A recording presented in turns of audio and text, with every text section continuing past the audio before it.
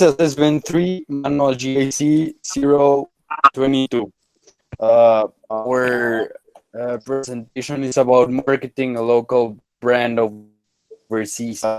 Our team is made up of Álvarez López Diego, Álvarez Rodríguez, Jerónimo, Campero de la Peña Rodrigo, Cardón Medina Pablo, y Serrano Gómez Diego. And we will be talking about, as I mentioned before, about marketing a local brand overseas. Well, the company we are going to talk about is Venom Frank, and the thesis statement is that Canada and e-commerce market enter are the best fits. This is why this is caused because Venom Frank nowadays is like a very good company that it's earning like a lot of population between young people, and because of their prices are like so accessible, that's why like a lot of it's very famous this brand nowadays. Venom Frank, it's a Mexican brand. The things they do are glasses, optical glasses, or also I think they do sunglasses. They operate in Mexico City. Uh, as I told you, they offer cheaper glasses, and the I think that people likes a lot of this brand is that they can shop online and with good prices.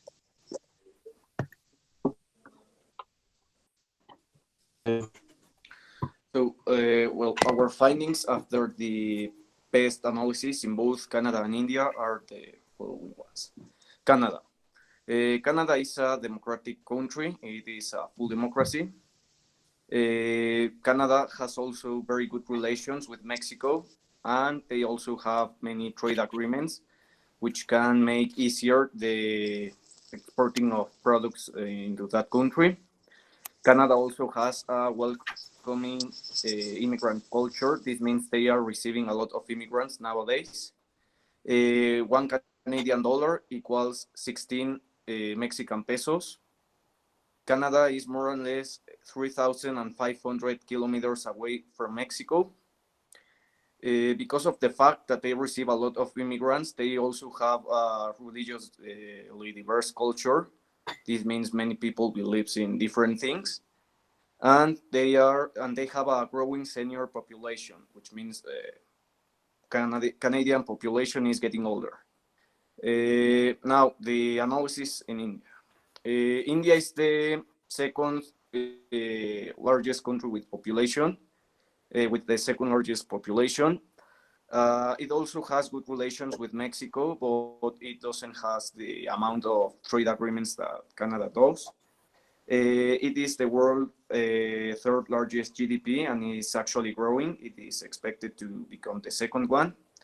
The main religion there is Hinduism, and well, one Mexican peso equals 3.2 Indian national currency, and they are more or less 15,000 kilometers away from each one. And those were our results. Now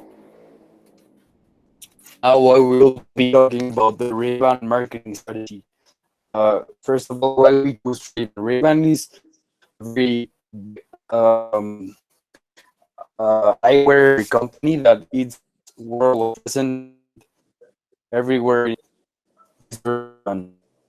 And what we focused here was on marketing strategy. We saw two main features that they use, like lines.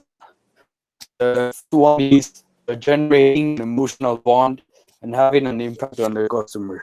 What this means? They their ads. They have their slogan "Never Lie," and the first one they have LGBTQ community represented, and what they do, like representing the LGBT community and using their slogan, is they are creating a bond with you. Well, in this case, the customer, They are becoming more than a brand and becoming their identity. They are assuming traits of identity, the storytelling. Ray-Ban, Ray-Ban uses and features popular content creators, influencers, photographers, architectures, and what they do is they use the image, the let's say the photographer, to collect the traits of the photographer and add them to Ray-Ban like a spectrum of identity. So, for example, if they have an ad where, I don't know, Justin Bieber uses Ray-Ban, this means like all the factors that surround Justin Bieber, they are like added to Ray-Ban. This could be for better or for worse. I mean, some marketing strategies have good background, some other. Basically, this was it. We saw that it was relevant because in Canada, these especially were phenomenally. They were very. They had a lot of market reach, responsiveness, and that's it.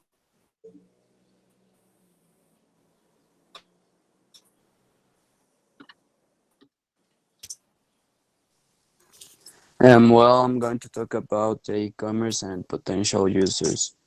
Um, well, we've seen that for Ben and Frank to expand to Canada, it's better to use e-commerce because it lowers the importation and the importation costs. Uh, there is no need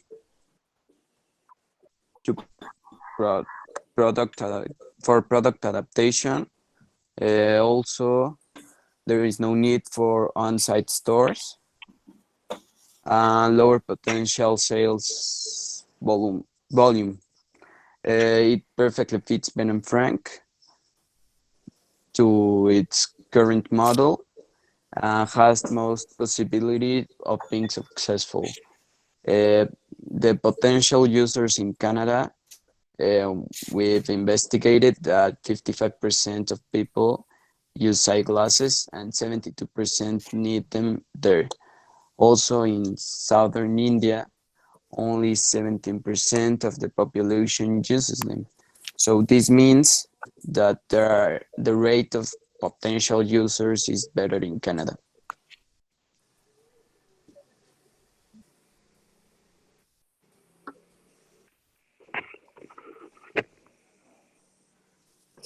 Well, as conclusion, well, we have that we can say that our purposes and thesis were true. So we decided to stay in Canada. That's because, as my friends have already said, e-commerce is better in Canada. Well, for Ben and Frank, it's better to stay in Canada than going to India because of so many factors that are the distance, that is what the most important. Also, that in Canada, the 72% of the people needs and also needs to use sunglasses. So that's why then the profit was going to be bigger in the case we stay in Canada. This because of e-commerce. Because in Canada it's better to, well, there's more people, and then in that way you can sell them by internet or etc. And it will be lower the cost. Also, we state some steps that are opening offices and, well, also beginning e-commerce and exporting can help the business to increase its size here because Ben and Frank is nowadays growing day by day. And, well, that was everything, and I hope you like it. Here we have our references, so the ones that we use, and that's